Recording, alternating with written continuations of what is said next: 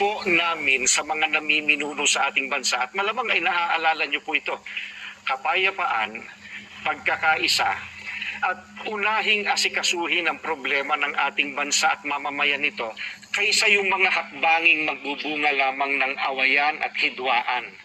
Dahil alam naman ng marami po na ang mga ito pawang pamumulitika lamang.